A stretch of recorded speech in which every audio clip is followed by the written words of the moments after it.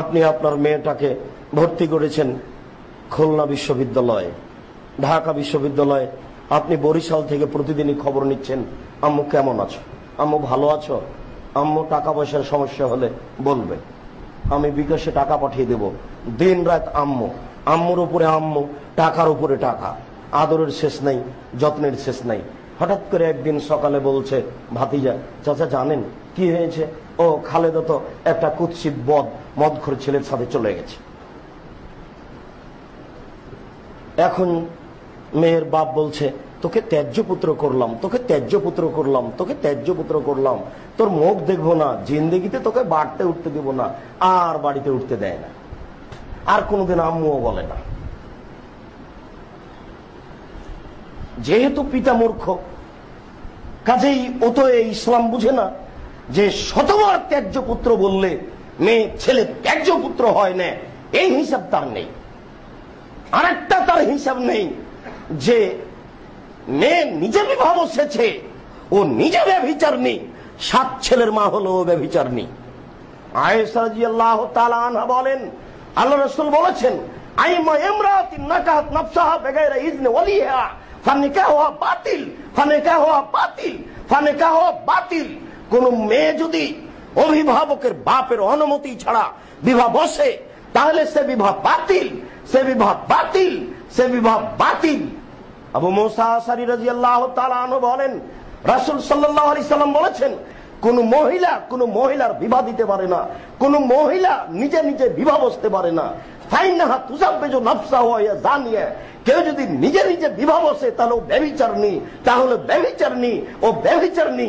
কি করে খালা বলল, ফুফু বলল যে এই শোন খালেদা, তোর বাপ বিবাহ দিবে না, তুই চলে, আমি তোর বিবাহ দিয়ে দিচ্ছি। তাই তো ফুফু বিবাহ দিয়ে দিয়েছে। ফুফু কখন কখন বেটা ছেলে হয়ে গেছে, ধর্মের 5 পয়সা দাম নাই ফুফুর কাছে, খালার কাছে বাপের উপর দিয়ে মাতাব্বরি দেখাচ্ছে। এই কথা তার জানা নেই। লা নিকাহা ইল্লা ওয়ালিন, বাপ ছাড়া বিবাহ হয় না।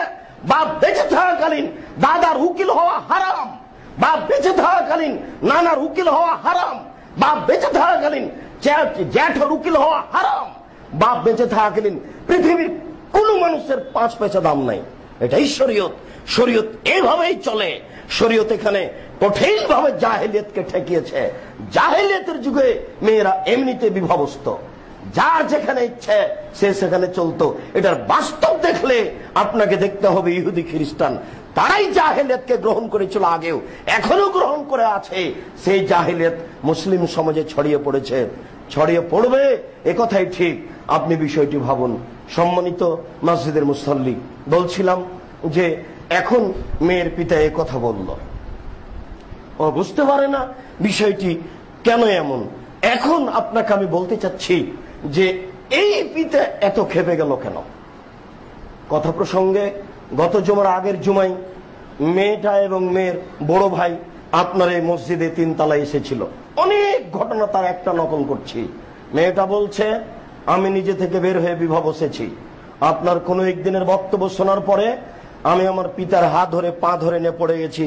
আমার পিতা আমাকে উত্তর দিয়েছে, পূর্বে যেদিন ছিলে সেই দিনের মতো ফিরে আসলে আমি তোমার বাপ, তার আগে আমি তোমার বাপ নই।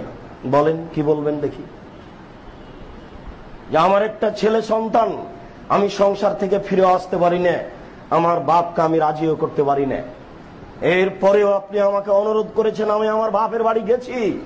আমার বাপ হাতে হাতে বাড়ি থেকে বের হয়ে গেছে। আমার বাপের বিল্ডিং বাড়ি, বৃত্তশালী আমার পিতা। আমার পিতা চেয়েছিল আমাকে একটা উচ্চ শিক্ষিতা মেয়ে করবে, একটা সম্ভ্রান্ত পরিবারে, ভালো পরিবারে বিবাহ দিবে।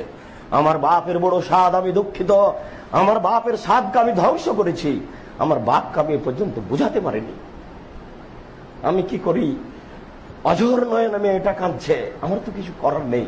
গাজীপুর কাপাসিয়ার মেয়ে বলছে, দেখো আমারও কিছু করার নেই, আমি তোমাকে বলতে পারছি না কিছু। শরীয়ত এখানে কোনো হাত রাখেনি। তোমার বাপ যতদিন পর্যন্ত রাজি না হবে ততদিন পর্যন্ত যে না, আমি এটা বুঝাতে পারছি না তোমার বাপকে, তবে তোমার বাপের মোবাইল নাম্বারটা আমাকে দিও, আমি চেষ্টা করে দেখব। আমি তখন একবার চেষ্টা করেছিলাম। আমাকে বলছে যে আপনি কি লেখাপড়া শিখে আলেম হয়েছেন না এমনি? আমি বা তার কি জবাব দিই? সে মেনে নেওয়া প্রয়োজন মনে করে না, সে মানবে না। সে বারবার বলছে তোমাকে পূর্বের মতো হয়ে ফিরে আসতে হবে, সেদিন আমি বাপ। কি করবেন? অথচ শরীয়তেই নয়, মেয়ে বের হয়ে চলে গেছে, ক্ষমতা থাকলে 3 ঘন্টার মধ্যে মেয়ে ফিরিয়ে নিয়ে আসো।